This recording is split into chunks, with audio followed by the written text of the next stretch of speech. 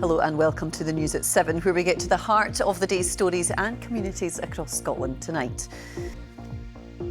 We will speak to a charity who support victims of domestic violence and ask what needs to change. Also tonight, the final council tax rises are set. We'll dig into why the record increases now. And of course, we will have all the sport with Lewis. What have you got for us tonight?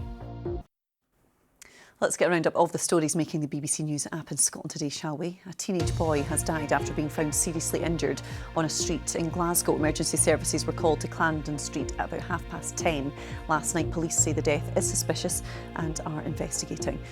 A Rangers fan has died in a road accident in Istanbul ahead of the club's match in the Turkish city. The club said it was devastated to have learned of his death, which happened overnight. And the fossil of a pony-sized dinosaur has been revealed for the first time more than 50 years after it was first spotted in a sea cliff on Skye. Well, for more information on all of these stories, you can scan the QR code on your screen now. It will take you straight to the BBC Scotland News app, where there is more for you there, including reports of a missing lynx.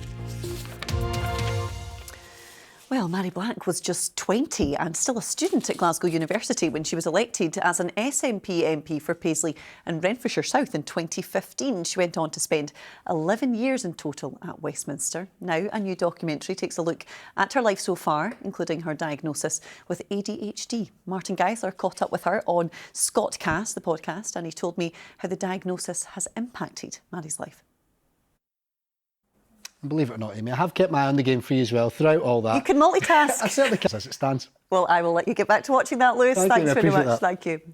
Now, Raymond Mead is the bassist with Ocean Colour Scene, who will be off on tour later this month. But first, he's releasing a solo single on Alan McGee's new label, Creation Youth. It's a big milestone for Raymond, who was diagnosed with MS back in 2021, but was determined that it would not stop him from making new music.